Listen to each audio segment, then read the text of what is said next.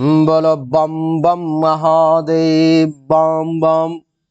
देवी और सज्जनों, आज के इस वीडियो में मैं बताने जा रहा हूँ एस नाम वालों का 2024 की भविष्यवाणी। एस नाम वाले लोगों का 2024 कैसा रहेगा, किस मामले में बढ़िया रहेगा, किस मामले में खराब रहेगा, इसी विषय पर मैं आज के इस वीडियो में चर्चा होगी। एस नाम से अर्थात एस से संजीव, एस से सुनील, एस से सुरेश, एस से सुमन, एस से सोमनाथ इत्यादि।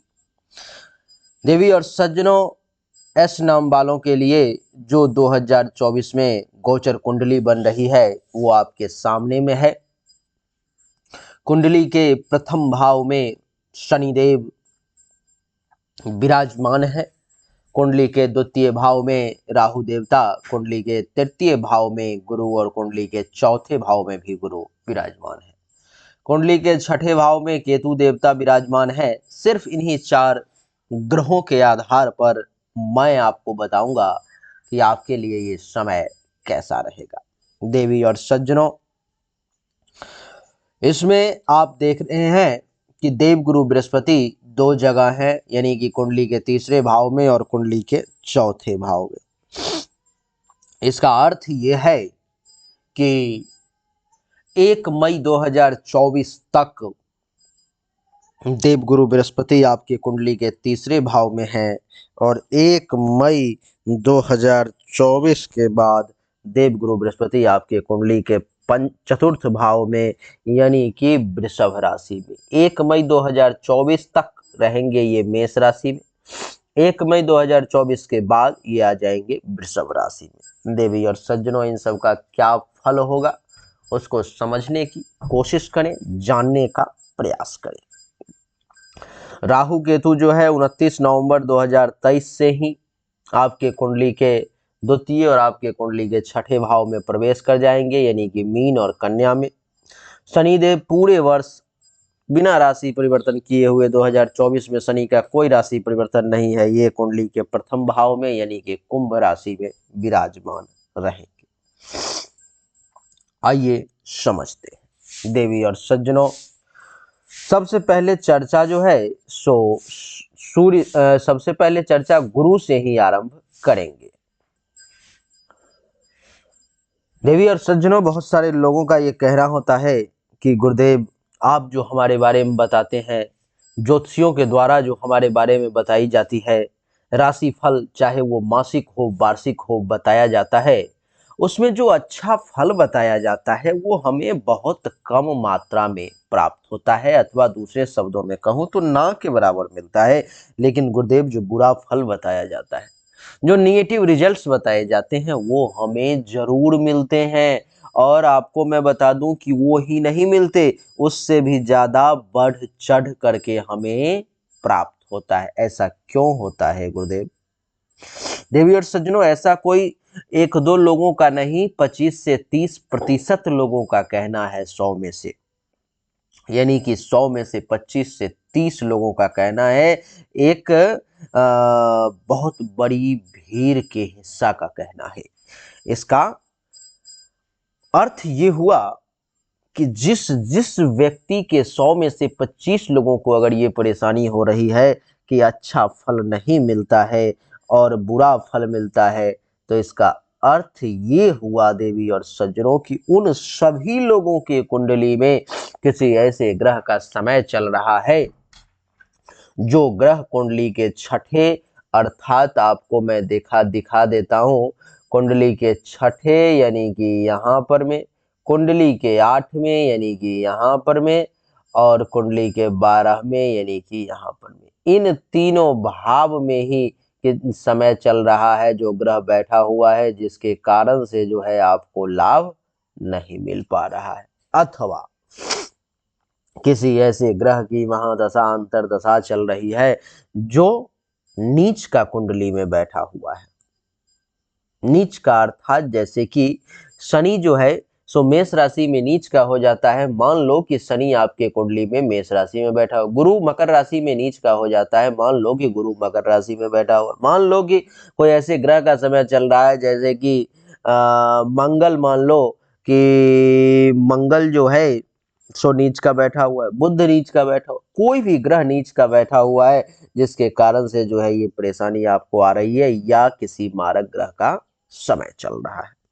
अगर आपके साथ भी ऐसा हो रहा है तो हमने बड़ी मुश्किल से, बहुत परिश्रम के बाद आपके लिए एक नंबर उपलब्ध करवाया है। ये है व्हाट्सएप नंबर 7062757996। इस पर में आप जन्म तारीख, जन्म समय और दोनों हाथ की हथेली का फोटो अवश्य भेजें, फिर जाकर के आपको सही जानकारी जो है सो प्राप्त हो पाएगी और आप जान पाएंगे कि आपकी समस्या का मूल कारण क्या है। और जब उस मूल कारण को पकड़ में आप ले लेंगे, उसका जो समाधान आप करना शुरू कर देंगे, तो गोचर का भी बेहतरीन रिजल्ट्स आपको मिलेंगे और जन्म कुंडली के भी निगेटिव प्रभाव को कम किया जा सकता है। ये मेरा वादा है आपसे। आइए अब चर्चा को आरंभ करें और जानने का प्रयास करें कि एस नाम वालों के लिए 2024 का समय आखिर कैसा रहेगा। 1 मई 2024। 1 मई 2024 से पहले की चर्चा करता हूं, जब देवगुरु बृहस्पति आपके कुंडली के तीसरे भाव में बैठे हुए हैं तो इनका आखिर क्या फल है। आप जान लें कि तीसरे भाव में देवगुरु बृहस्पति का बैठना जो है सो आपके लिए जितेंद्रिय बना देगा आपको, यानी कि आप जो है सो काम, क्रोध, मद, लोभ, मदन, मत्सर्ज इत्यादि से दूर हो सकते हैं। आपको इन चीजों की आवश्यकता जो है सो नहीं पड़ सकती है, आप इन सब से दूर हो सकते हैं। देवी और सज्जनों, आपकी जानकारी के लिए बता दूं कि आप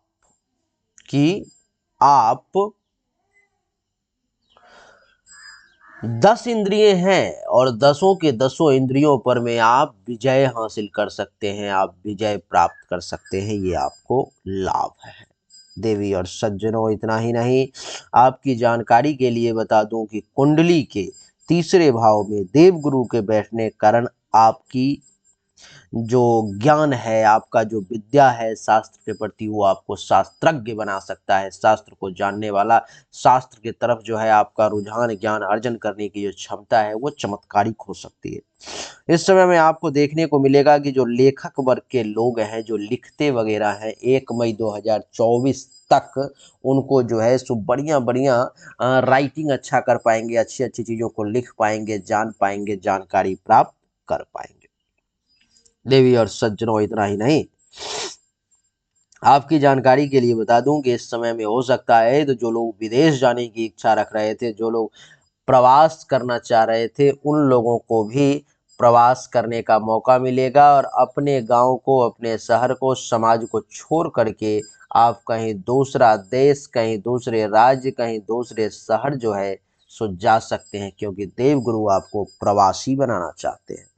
देवगुरु बृहस्पति के तीसरे भाव में बैठने के कारण आपको योगी बनाना चाहते हैं। आप योग के तरफ जो है सो आपका रुझान इस समय में देखने को आएगा। आप योगी बन सकते हैं, योगाभ्यास कर सकते हैं, आप जिम, व्यायाम, ये सब आपको जो है सो अपने तरफ खींच सकता है। आपका मन जो है सो उधर जा सकता है। देवी और सज्जनों, इतना ही नहीं, देवगुरु बृहस्पति के कुंडली के तीसरे भाव में बैठने के कारण ये आपको आस्तिक बनाएंगे। आस्तिक का अर्थ ये है कि ईश्वर पर विश्वास करने वाला, विश्वासी व्यक्ति बनाएंगे आपको। आप भगवान पर में विश्वास रखेंगे और ईश्वर भी आपका काम करेगा। देवी और सज्जनों, इतना ही नहीं, ये आपको ऐश्वर्यवान भी बनाएंगे। आपको ऐश्वर्यवान अर्थात आपको संपत्तिशाली बनाएंगे। ऐश्वर्य और धन में बड़ा अंतर है देवी और सज्जनों। तो सिर्फ धन नहीं, आपको ऐश्वर्य की प्राप्ति होगी। आपके लिए बता दूं कि तीसरे भाव में 1 मई 2024 तक देवगुरु बृहस्पति के बैठने के कारण काम और वासना जो है सो आपको अपने तरफ खींचने का प्रयास कर सकती है। इतना ही नहीं, इस समय में स्त्री की प्रिय रहेंगे, आप स्त्री प्रिय रहेंगे और बिजनेस व्यवसाय के क्षेत्र में भी आप कमाल करेंगे। आपको बिजनेस व्यवसाय करने में बड़ा आनंद आएगा और आप अच्छा बिजनेस व्यवसाय चला भी पाएंगे। विदेश प्रिय, यानी कि देश विदेश से जो है सो आपको ज़्यादा प्रेम रहेगा। अपना जगह को छोड़ करके कहीं दूसरे जगह जाना वो आपको ज़्यादा अच्छा लगेगा, दूसरे जगह रहना ज़्यादा अच्छा लगेगा। विदेश घूमने की इच्छा मन में बार बार जागृत होगी और पर्यटनशील अर्थात पर्यटक जो है सो बने रहेंगे, पर्यटनशील बने रहेंगे। आप जो है सो आपकी जानकारी के लिए बता दूं कि इतना ही नहीं, वाहन का भी सुख आपको देवगुरु बृहस्पति जो है सुख प्रदान करेंगे। यानी कि तीसरे भाव में देवगुरु बृहस्पति के बैठने के कारण आपको वाहन का भी सुख मिलेगा। देवगुरु बृहस्पति का रिजल्ट आपके ही लिए मुझे लग रहा है कि इस वर्ष बड़ा चमत्कारिक रहने वाला है, बड़ा बढ़िया रहने वाला है। देवी और सज्जनों, देवगुरु बृहस्पति की अब दृष्टि की चर्चा करेंगे। देवगुरु बृहस्पति की तीसरी दृष्टि, देवगुरु बृहस्पति की पंचम दृष्टि जो है सो सप्तम भाव पर पड़ेगी। देवगुरु बृहस्पति की 3 दृष्टि होती है, 5, 7, 9, तो पंचम दृष्टि सप्तम भाव पर में जब पड़ेगी तो क्या होगा, तो सप्तम भाव पर जब देवगुरु दृष्टि बृहस्पति की जब दृष्टि पड़ती है तो उस व्यक्ति को सुंदर बना देते हैं। पूर्ण दृष्टि पड़ रही है तो सुंदरता भी पूरा निखर करके सामने आएगी। धनवान बना देंगे, धन की कमी आपको महसूस नहीं होगी। आपको कीर्तिवान बना देंगे, आपको कीर्ति में कमी महसूस नहीं होगी। आपको भाग्यशाली बना देंगे, भाग्यवान बना देंगे। भाग्य की तरफ भी आपका रुझान जो है सो खूब रहेगा, खूब भाग्यवान बने रहेंगे। भाग्य का साथ आपको पर्याप्त मिलेगा। तो बड़ा बढ़िया समय रहेगा दृष्टि के कारण भी। और इसकी जब सप्तम दृष्टि पड़ेगी तो नवम भाव पर में पड़ेगी, और नवम भाव पर जब 1 मई 2024 तक दृष्टि पड़ेगी तो सबसे पहले तो आपकी गिनती एक कुलीन परिवार में होगी, अच्छे परिवार में। दूसरा कि भाग्यवान कहलाएंगे आप, भाग्य का भी आपको जो है सो खूब साथ मिलेगा। भाग्य भरोसे कहते हैं कि तुलसी भरोसे राम के, निर्भय हो के सोए, होनी अनहोनी नहीं, होनी हो सो होई। तुलसी जो है अर्थात आप जो है सो भाग्य भरोसे छोड़ देंगे चीजों को और वो भी बढ़िया हो जाएगा। देवी और सज्जनों, इतना ही नहीं, आपकी जानकारी के लिए बता दूं कि आप जो है इस समय में नवम भाव पर में दृष्टि पड़ रही है तो शास्त्र का ज्ञान भी आपके पास में होगा। धर्म का भी पालन आप करेंगे, धर्म के पथ पर चलेंगे, धर्मात्मा कहलाएंगे। स्वतंत्र रहने का प्रयास करेंगे, किसी के अंडर में रह करके काम करना आपको ज़्यादा पसंद नहीं आएगा। संतान का भी सुख मिलेगा। दानी और व्रत उपवास करने वाले आप कहलाएंगे। दान पुण्य भी खूब करेंगे और व्रत उपवास भी अच्छा खासा कर पाएंगे। बड़ा सुखद और बढ़िया समय आपके लिए ये रहने वाला है। देवगुरु बृहस्पति की जब नवम दृष्टि जो है सो एकादश भाव पर में पड़ेगी तो क्या होगा, तो एकादश भाव पर में नवम दृष्टि पड़ने के कारण जो है सो आपको बुद्धिमान माना जाएगा। समाज आपको बुद्धिमान की श्रेणी में जो है सो रखेगा। आपको संतान का सुख मिलेगा, आपको विद्वान की श्रेणी में रखेगा। लेकिन कलह बहुत होगी और कलह में आपको प्रेम भी होगा। यानी कि कलह प्रिय आप बने रहेंगे। इसमें लड़ाई झगड़ा टेंशन तनाव में बड़ा आनंद आएगा आपको। देवी और सज्जनों, लोगों का स्नेह भी आपको प्राप्त होगा। बड़ा सुखद समय 1 मई 2024 तक देवगुरु बृहस्पति के कारण जो है सो देखने को मिल रहा है। अब आइए 1 मई 2024 के बाद देवगुरु बृहस्पति का क्या फल है आपके कुंडली के चौथे भाव में बैठने कारण, उसको समझने की कोशिश करेंगे। चौथे भाव में देवगुरु बृहस्पति के बैठने के कारण 1 मई 2024 के बाद ये आपको भोगी बनाने का प्रयास करेंगे। भोग विलास में ज्यादा जो है आपका मन रमन करेगा, भोग विलास की तरफ ज्यादा आपका रुझान होगा और सुंदर शरीर जो है, देह जो है आपका, वो सुंदर जो है सो दिखाई देगा। बड़ा सुंदर खूबसूरत महसूस होगा। कार्यरत रहेंगे, काम धंधा खूब बढ़िया करेंगे और उद्योगी भी बने रहेंगे। उद्योग यानी कि उद्योग में भी बढ़िया काम करेंगे। आप अगर किसी फैक्ट्री में काम करते हैं, आप अगर किसी फैक्ट्री के मालिक हैं, ऑनर हैं, कुछ भी छोटा बड़ा लघु उद्योग, कुटीर उद्योग, बड़ा उद्योग जो भी है आपका, उसमें बहुत बढ़िया काम करेंगे आप। संतान का भी सुख आपको मिलेगा, लेकिन आप संतान का बहुत मामले में विरोध भी करेंगे, जो आपके लिए ठीक नहीं है। 1 मई 2024 के बाद देवगुरु बृहस्पति के चौथे भाव में बैठने का ये आपको राजमान्य भी बनाएंगे, राजाओं से लोकमान्य भी बनाएंगे, समाज से सबसे आपको जो है मान प्रतिष्ठा की प्राप्ति होगी और माता पिता के लिए आप भक्त बने रहेंगे, मातृभक्त पितृभक्त आप कहलाएंगे। आपके यश में वृद्धि होगी, आपके व्यवहार से इस समय में लोग जो है सो खूब प्रसन्न रहेंगे देवी और सज्जनों, तो व्यवहारज्ञ भी आप बने रहेंगे। तो हर मामले में कहने का अर्थ यह है कि देव गुरु बृहस्पति के कारण आपको अच्छा रिजल्ट जो है सो मिलने जा रहा है। देवगुरु बृहस्पति की पंचम दृष्टि जो है सो कहां पर पड़ेगी, तो अष्टम भाव पर पड़ेगी। अष्टम भाव पर में पंचम दृष्टि पड़ने के कारण क्या होगा, तो अष्टम भाव पर में जब गुरु की दृष्टि पड़ती है देवी और सज्जनों, तो राज भय का भी डर रहता है। राजा से एक तरफ मान सम्मान की प्राप्ति हो रही है, तो कहीं से आप फंस भी सकते हैं, फंसने की भी संभावना, राज भय भी आपको हो सकता है। आप चिंतित भी रह सकते हैं, चिंता भी आपको परेशान कर सकती है।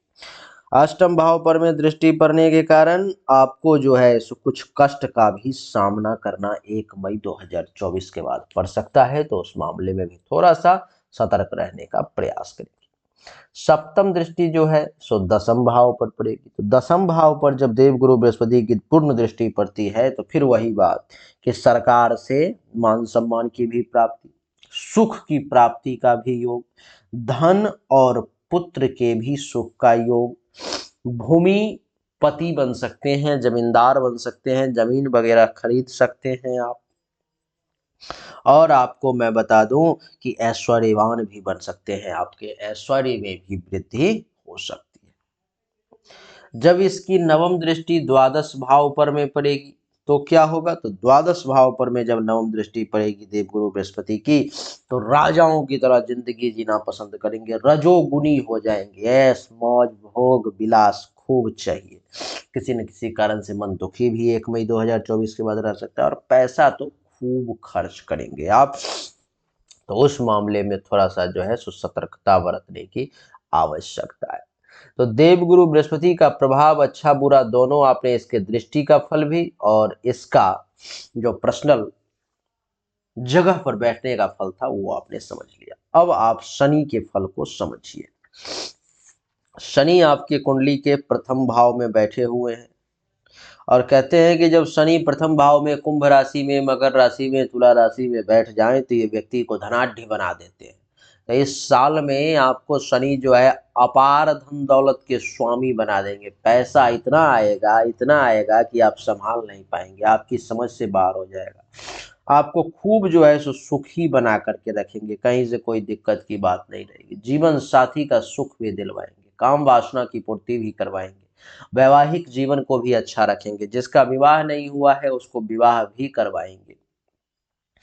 हर मामले में शनि का रिजल्ट जो है सो बढ़िया है। शनि की तीसरी दृष्टि देवी और सज्जनों तीसरे भाव पर में होगी, और जब शनि की तीसरी दृष्टि तीसरे भाव पर में होगी तो क्या होगा, तीसरे भाव पर पूर्ण दृष्टि, तो पराक्रमी बनाएंगे, पराक्रम में कमी नहीं, अपने धर्म पर से जो है थोड़ा सा विश्वास को हिला भी सकते, भाइयों का सुख थोड़ा सा कम में दिलाएंगे, और गलत लोगों से जो है सुसंगति आप कर सकते हैं, कुछ बुरा काम भी कर सकते हैं आप। शनि की सप्तम दृष्टि सप्तम भाव पर पड़ेगी, तो कुछ लड़ाई झगड़ा टेंशन तनाव की स्थिति को भी यहाँ पर में दृष्टि पड़ने के कारण ये उत्पन्न करेंगे। और क्या करेंगे, तो कहते हैं कि कुछ माता को भी कष्ट हो सकता है, कुछ धन का भी नुकसान हो सकता है, और स्वभाव में कुछ मलिनता भी आपको आ सकती है, तो उस मामले में थोड़ा सतर्क रहना। दसम दृष्टि शनि की जब दसम भाव पर में यहाँ पर में पड़ेगी देवी और सज्जनों, तो एक तरफ तो आप माता पिता के भक्त हैं, लेकिन दूसरे तरफ शनि आपको फिर भी उधर से रिटर्निंग रिजल्ट जो चाहिए सो आपको नहीं मिल पाएगा। माता के लिए भी थोड़ा सा कष्टकारक समय हो सकता है, लेकिन जमींदार जरूर बन सकते हैं, राजाओं से जरूर लाभ हो सकता है, और सुखी भी बन सकते हैं। तो शनि का रिजल्ट लगभग कुछ मामलों में बढ़िया तो कुछ मामलों में खराब भी है।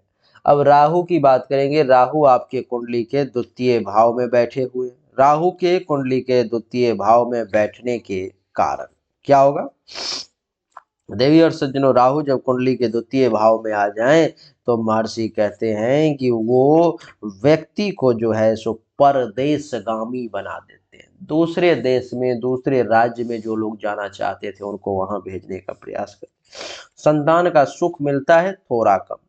कुटुंब के साथ कुछ टेंशन तनाव की स्थिति को भी उत्पन्न कर देते हैं। भाषा में कठोरता ला देते हैं और संग्रहणशीलता यानी कि संग्रह करने की शक्ति भी प्रदान करती है। राहु की पंचम दृष्टि जब छठे भाव पर में पड़ेगी देवी और सज्जनों, यहाँ पर में पड़ेगी तो क्या करेंगे, तो छठे भाव पर में पूर्ण दृष्टि पड़ने के कारण ये जो है सो शत्रुनाशक आपको बना देंगे। दुश्मन आपके सामने टिक नहीं पाएगा। वीरता के साथ जो है सो किसी भी परिस्थिति का सामना करेंगे। पैखाने के रास्ते के आसपास में कुछ परेशानी का आपको सामना करना पड़ सकता है, या पैखाने के रास्ते व्यसनशील भी हो सकते हैं, कुछ नशापान के तरफ भी आपका मन जा सकता है, खर्चा ज्यादा कर सकते हैं, आंख से संबंधित किसी प्रकार की कोई परेशानी परेशान कर सकती है। लेकिन पराक्रमी और बलवान जो है सो बने रहे। यहाँ से कुंडली के सप्तम दृष्टि अष्टम भाव पर जब राहु की पड़ती है देवी और सज्जनों, तो क्या होता है, राहु का प्रयास रहता है कि आपको पराधीन कर दे, किसी दूसरे के अधीन में रह करके आप काम करना शुरू कर दे। धन का भी कुछ नुकसान करवा सकता है, कुछ कंठ का रोग भी आपको देने की कोशिश कर सकता है।